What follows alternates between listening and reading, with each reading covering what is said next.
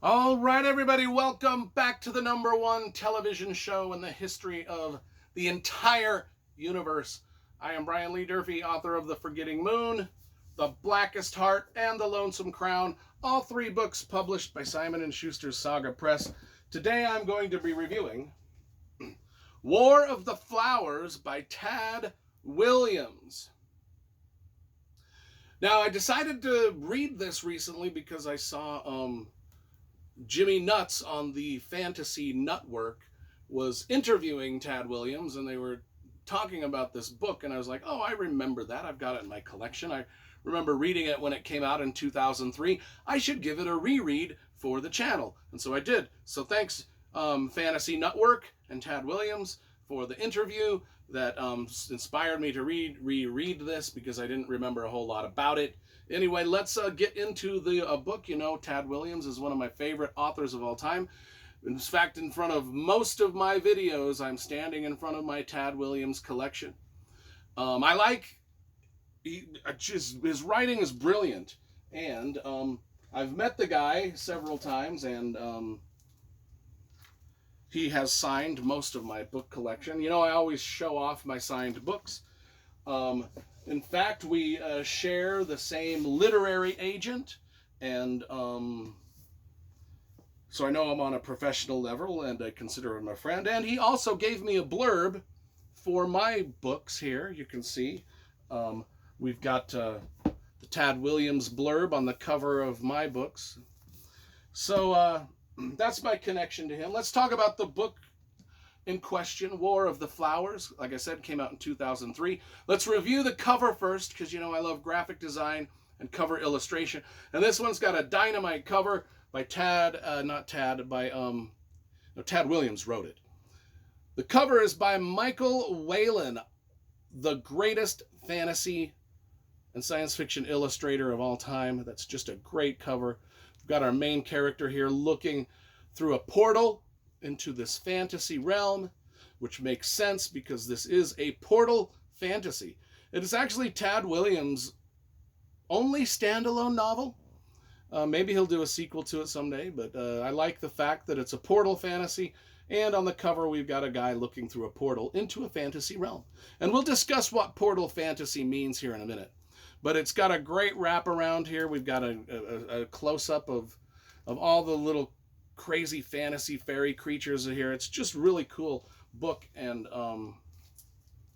open it up like that and hold it out. It just looks dope. We've got there is no map. That is one small slight drawback to this. There's no map. There's no fantasy map, but we don't really need one. What is a portal fantasy? Portal fantasy is kind of like Chronicles of Narnia, where you take, or the Chronicles of Thomas Covenant, where you take a person from our modern world and you plop them into a medieval fantasy of some kind, or just a Alice in Wonderland like thing. That's portal fantasy. Wizard of Oz, Alice in Wonderland, Chronicles of Narnia, Thomas Covenant Chronicle, all of them. So Theo, he is our main character. Theo, he is represented right there. He is a dashingly handsome lead singer for a band called the Mighty Clouds of Angst. And they are based out of Northern California, southern San Francisco area. And which is, by the way, where, you know, in the general area where Tad Williams himself lives. So Theo is going through some hardships. His girlfriend is kind of tired of the rootless existence of dating a singer for a band. You know how that goes. So she's kind of tired of that. It's like she thinks he needs to get his crap together, get a real job, because the band is just sort of middling success.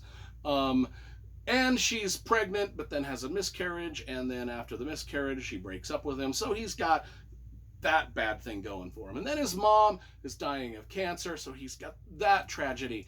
And then he is given this mysterious magical book by his that his uncle wrote, and he's kind of fascinated by this book that his uncle wrote. And the book, as he's reading through this book, it's about this magical fairy fantasy land that his uncle has created. Um, and so Theo ends up alone in a cabin in the woods, just doing some sort of meditation, reevaluation of his life.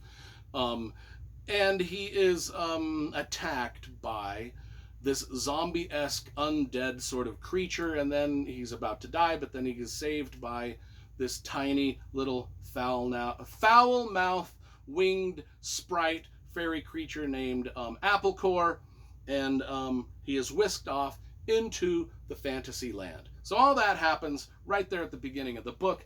I like how so I didn't really spoil anything. We know he's going to end up in a fantasy world. I just kind of spoiled sort of how he gets there. In the Chronicles of Narnia, they go through a cabinet. He is taken by Applecore the Sprite. Now, I was reading this and I was like, oh my gosh, I've read a book real similar to this recently, where we spend a lot of time in the real world with a character and then he ends up in a fantasy world because of an older sort of mentor, and it's kind of like Theo's got this older mentor and his uncle who's written this book, and I was like, this is like Stephen King's newest novel, Fairy Tale. That's why I put this here. It's the same thing. Like The War of the Flowers, which was written in 2003. It's the same book as Fairy Tale, which was written in 2022.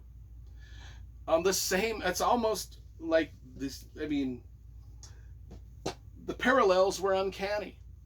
But this came first, and both books are really good, really cool. It just reminded me so much of each other.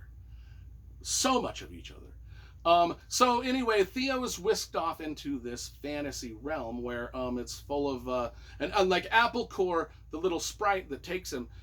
I mean, everybody in this fantasy realm has like a really cutesy name, like Applecore. They just each one more cutesy than the next, which is kind of ironic because the fairy realm which we've entered is not cutesy at all.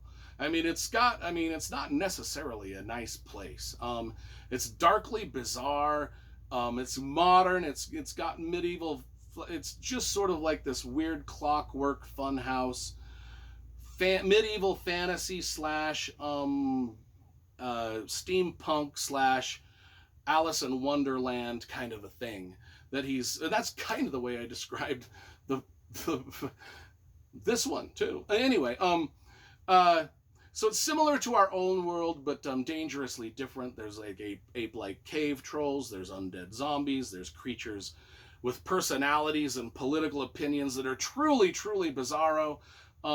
There's fairy folk and rebel goblins, and it's just like a nightmare version of Alice in Wonderland, kind of on steroids.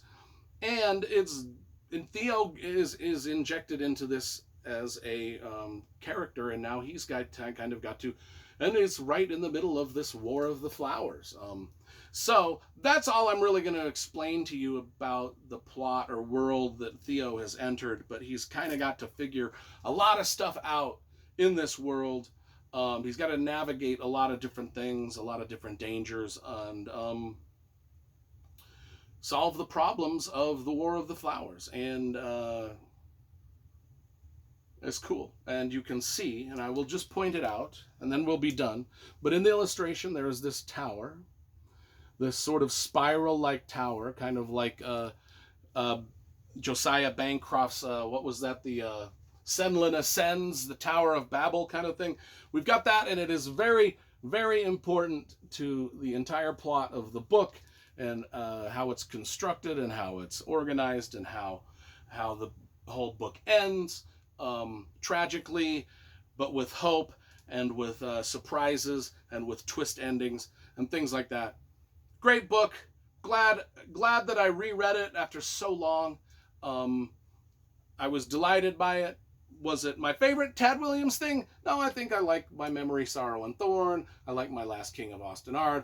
I like My Shadow March. I like My Otherland. I mean, it's going to fall underneath all of those, but all of these books are 10s out of 10s. So I'm going to give this an 8.5 out of 10. A really, really good, solid standalone fantasy.